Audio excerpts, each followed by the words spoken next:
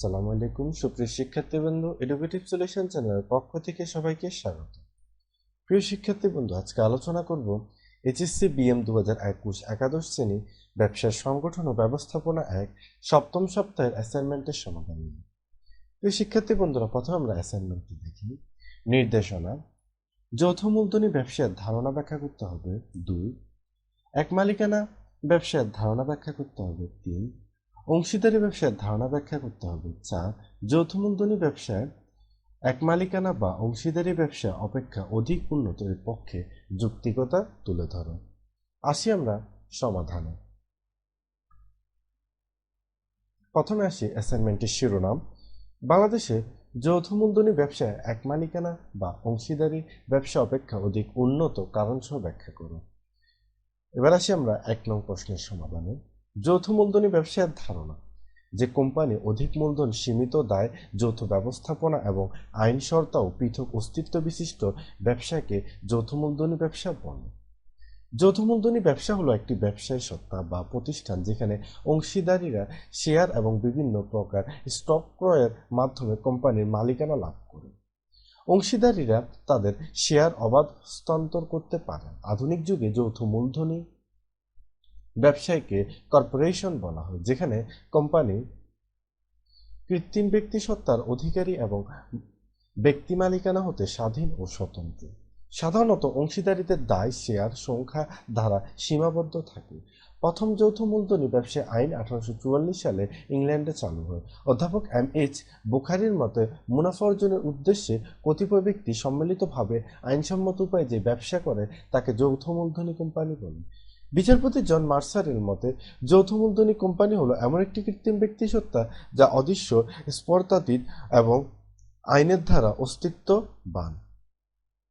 প্রিয় শিক্ষার্থী বন্ধুরা, আশা করি আপনারা 1 নং প্রশ্নের সমাধানটি বুঝতে পেরেছেন। আসি আমরা 2 নং প্রশ্নের সমাধানে। এক মালিকানা ব্যবসার ধারণা: এক মালিকানা ব্যবসা হলো একজন ব্যক্তির মালিকানাধীন এবং মালিক কর্তৃক পরিচালিত ব্যবসা।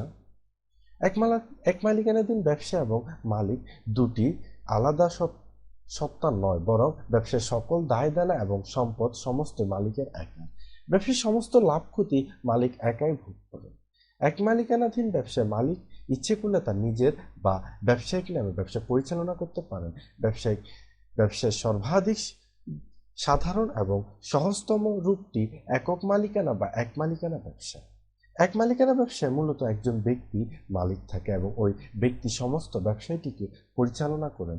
ব্যবসায় লাভ হোক বা ক্ষতি হোক, সমস্ত দায় মালিকের উপর পড়বে। এক মালিকানা ব্যবসায় সাধারণ বৈশিষ্ট্য হচ্ছে সহজেই শুরু করা যায়, শুধুমাত্র একজন মালিক থাকবে, স্বল্প মূলধন থাকবে, সমস্ত ঝুঁকি নিজের উপর থাকবে এবং নমনীয়তা থাকবে। খুচরো খাতের অনেক ব্যবসায় একক মালিকানা হয়ে থাকে, যেমন পচনশীল দ্রব্যের ব্যবসা, কৃষিপণ্যের ব্যবসা, প্রত্যক্ষ সেবামূলক ব্যবসা বিশেষভাবে উল্লেখযোগ্য। আশা করি আপনারা 2 নং প্রশ্নের সমাধানটি বুঝতে পেরেছেন। শিক্ষার্থী বন্ধুরা, আসি এবার 3 নং প্রশ্নের সমাধানে। অংশীদারি ব্যবসার ধারণা: সাধারণত একাধিক ব্যক্তি মুনাফা অর্জনের উদ্দেশ্যে চুক্তির ভিত্তিতে যে ব্যবসায় গঠন করে তাকে অংশীদারি ব্যবসায় বলে। অংশীদারদের মধ্যকার চুক্তির বিষয়বস্তু দলিলে লিপিবদ্ধ করা হলে তাকে অংশীদারি চুক্তিবদ্ধ পত্র বলে। যুগের পরিবর্তনের সাথে মানুষের চাহিদা, রুচি ও পছন্দে পরিবর্তন হয়। এই পরিবর্তনশীল চাহিদা পূরণের জন্য মূলত অংশীদারি ব্যবসায় সংগঠনের উদ্ভব। এক মালিকানা ব্যবসায় সাধারণত কিছু সীমাবদ্ধতা দেখা যায়, যেমন সীমিত পুঁজি ও আয়তন, ব্যবস্থাপনা অদক্ষতা প্রভৃতি। এগুলো সমাধানের লক্ষ্যে প্রচলন হয় বেশি পুঁজি ও দক্ষতা সম্পন্ন মাঝারি আকারের ব্যবসায় সংগঠন তথা অংশীদারি ব্যবসায়। এটি হলো চুক্তির ভিত্তিতে কয়েকজন ব্যক্তির সমন্বয়ে গঠিত এক ধরনের ব্যবসায় সংগঠন। এর মাধ্যমে কিছু সংখ্যক ব্যক্তি তাদের সম্মিলিত মূলধন ও বিশেষায়িত জ্ঞান নিয়ে মানুষের চাহিদা পূরণের চেষ্টা চালান। প্রিয় শিক্ষার্থী বন্ধুরা, আশা করি আপনারা 3 নং প্রশ্নের সমাধানটি বুঝতে পেরেছেন। আসি আমরা সর্বশেষ 4 নং প্রশ্নের সমাধানে। যৌথ মূলধনী ব্যবসায় এক মালিকানা বা অংশীদারি ব্যবসা অপেক্ষা অধিক উন্নত এর পক্ষে যৌক্তিকতা। এক মালিকানা ব্যবসায়ের অসুবিধা: ক. সীমিত মূলধন, খ. সীমাহীন দায়বদ্ধতা, গ. সীমাবদ্ধ পরিচালন ক্ষমতা, ঘ. সীমিত প্রবৃদ্ধির সম্ভাবনা ও বিশেষজ্ঞের অনুপস্থিতি, চ পরিচালনায় অভিজ্ঞতার অভাব। ছ সমস্ত কিছু মালিক দ্বারা নিয়ন্ত্রিত। অংশীদারি ব্যবসায়ের অসুবিধা। ক সিদ্ধান্ত নিতে দেরি হওয়া। কখনো কখনো অংশীদারদের মধ্যে মতের ভিন্নতা দেখা দেয়, ফলে কোনো একটি গুরুত্বপূর্ণ বিষয়ে চূড়ান্ত সিদ্ধান্ত নিতে দেরি হতে পারে। খ দায়িত্ব ভাগ হওয়া। সাধারণত অংশীদার ভিত্তিক ব্যবসায় এক একজন অংশীদার এক এক বিভাগের দায়িত্ব পালন করে থাকে, তাই এক একজনের দায়িত্ব এক এক রকমের হয়ে থাকে। সেক্ষেত্রে একজন অংশীদার অন্যজনের উপর অপেক্ষাকৃত বেশি পরিশ্রমের বোঝা চাপিয়ে দিতে ব্যস্ত হয়ে উঠতে পারে। এর ফলে দায়িত্বে অবহেলা তৈরি হতে পারে। গ অভ্যন্তরীণ দ্বন্দ্ব। অংশীদারদের মধ্যে বিভিন্ন বিষয়ের পার্থক্য বা বিরোধ দেখা দিতে পারে, এটি স্বাভাবিক, কিন্তু এই দ্বন্দ্বগুলো সামগ্রিকভাবে প্রতিষ্ঠানের জন্য খুবই ক্ষতিকর। ঘ জনগণের বিশ্বাসের অভাব। অংশীদার ভিত্তিক প্রতিষ্ঠানগুলো সাধারণত পুরোপুরি প্রাইভেট সংস্থা হয়ে থাকে, আর এসব সংস্থাগুলো সরকারিভাবে নিয়ন্ত্রণ করা হয় না, তাই অংশীদার ভিত্তিক প্রতিষ্ঠানগুলোর প্রতি মানুষের বিশ্বাসের কিছুটা অভাব থাকে। ও গোপনীয়তার অভাব। অংশীদার ভিত্তিক ব্যবসায় এক বা একাধিক পার্টনার থাকে বিধায় অতি গোপনীয় বিষয়গুলো গোপন রাখা সম্ভব হয় না। কোম্পানি সংগঠনের সুবিধা। কোম্পানি সংগঠনের সুবিধাসমূহ নিম্নে বর্ণনা করা হলো। ক সীমিত দায়। কোম্পানি ব্যবসায়ের শেয়ার মালিকদের দায় শেয়ার মূল্য দ্বারা সীমাবদ্ধ। এই কারণে জনগণ বিনা দ্বিধায় এই সংগঠনে বিনিয়োগ করে। খ চিরন্তন অস্তিত্ব। আইনসৃষ্ট কৃত্রিম ব্যক্তিসত্তা কোম্পানিকে চিরন্তন অস্তিত্ব দান করেছে, তাই কোনো সদস্যের মৃত্যু বা দেউলিয়ত্বের কারণে এর বিলুপ্তি ঘটে না। স্বাধীন সত্তা কৃত্রিম ব্যক্তিসত্তার কারণে এই সংগঠন নিজস্ব নাম ও সিলমোহর ব্যবহার করে তৃতীয় পক্ষের চুক্তি বা লেনদেন করতে পারে। গ শেয়ার হস্তান্তর যোগ্যতা।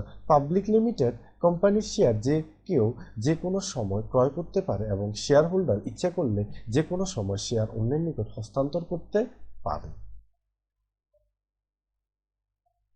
অধিক পুঁজি।